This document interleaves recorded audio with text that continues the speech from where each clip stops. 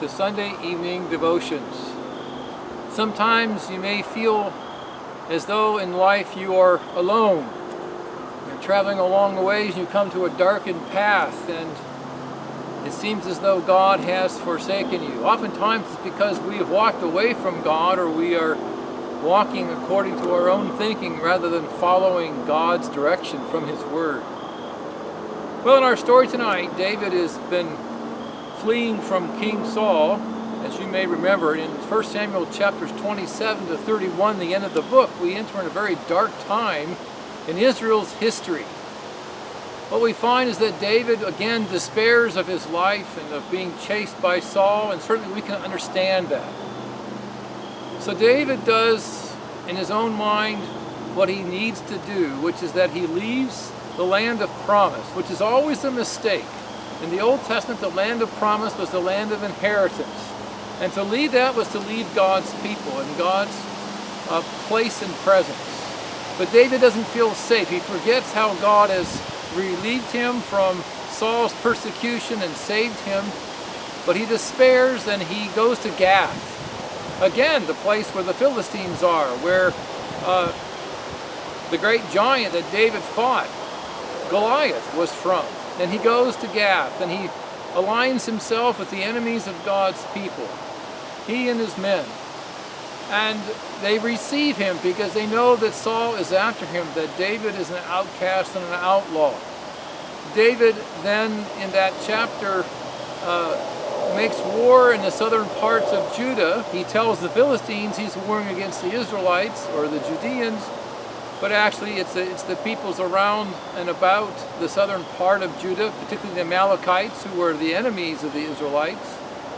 But he doesn't leave anybody alive to tell what's going on, and so by David's subterfuge and his cleverness, he is outside of Saul's grasp with the Philistines, away from the people. The Philistines think that David is now turned against Israel and is hated by them. So Saul quits looking for him, but David is ostracized and with the Philistines. Saul, on the other hand, now left to his own devices, is now facing the onslaught of a growing threat of the Philistines, who are strengthened by all this, as are often God's enemies are strengthened when God's people are divided. And so the enemies of Saul, the Philistines, come in greater numbers and mount an attack into the central part of the country. And Saul gathers his army and he sees and he's fearful.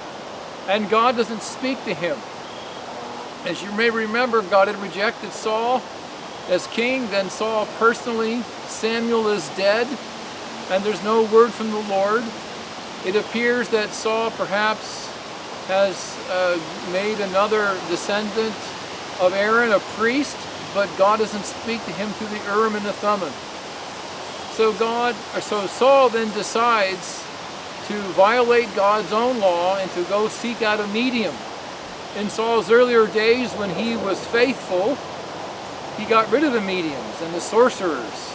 But now he wants one, and he wants to find and talk to Samuel. And so we have the story of the witch at Endor, where Saul appeals to the witch to bring Samuel up from the dead. I think that what happens here is that God allows certain things. There's things going on in the netherworld and in spiritual realms that are not clear to us, but God allows these things, and Samuel speaks to Saul.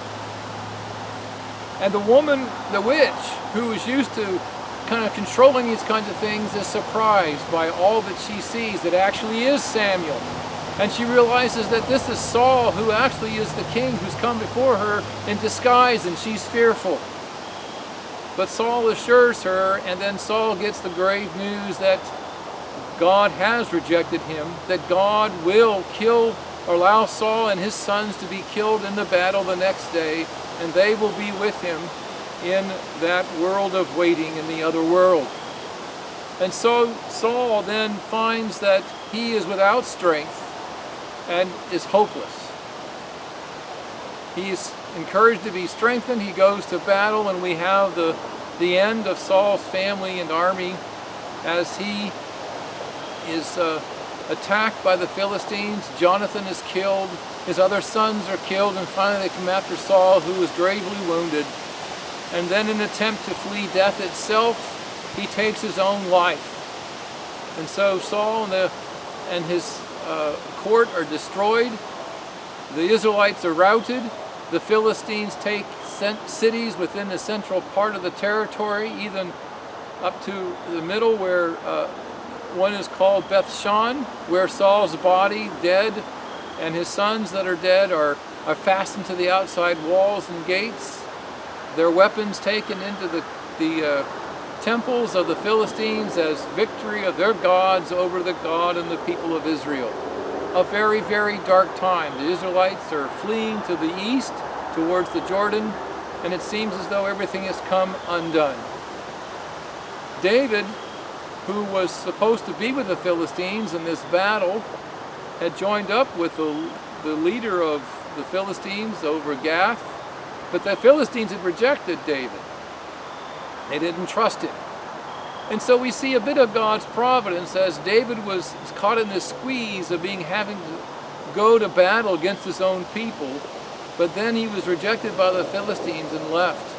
So he goes to his own city, Ziklag, where he had been as his headquarters, and he finds on his return that the Amalekites had attacked and taken captive all the wives and the children and all their possessions. And so David runs after them, and we find that he finally is able to overtake them after finding a slave that's left for dead. God assures David that he will be able to conquer the Amalekites and bring back all, which he does. And so David gives thanks to God and is strengthened in God, even though at that moment in time his men were ready to kill him. We see this very dark time in Saul's life as it comes to an end in David's leadership, and yet we see that God's providence brings David back and assures him. But 1 Samuel ends on that very dark note, that David is estranged from his people, Saul is dead, and the people are scattered. And we often wonder in those times, what is God doing? And it drives us back to our knees, even as David was driven back, to trust in the Lord and find strength and grace in him and forgiveness and hope. That we often, when we are confronted with these struggles, look to ourselves rather than looking to God. And we get ourselves in a deep and dark mess. But God is ever faithful, because God keeps his covenant, and he hangs on to David and brings him back. Well, that's our hope, because Christ has come, and he is the victor over sin and death for us. He has not shrunk back.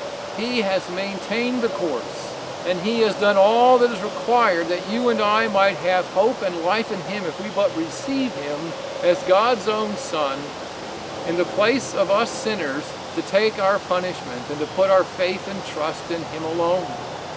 God will, and God will hear you. God will deliver you if you but call upon him. And David is a witness here of our weakness and a promise of Christ's greater strength and faithfulness. Well, that's good news. Good night.